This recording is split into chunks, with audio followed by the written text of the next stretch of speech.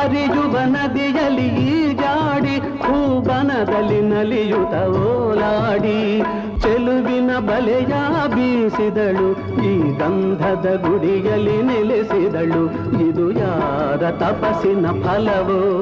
ಈ ಕಂಗಳು ಮಾಡಿದ ಪುಣ್ಯವೋ ಓಹೋ ನಾವಿರುವ ತಾಣವೇ ಗಂಧದ ಗುಡಿ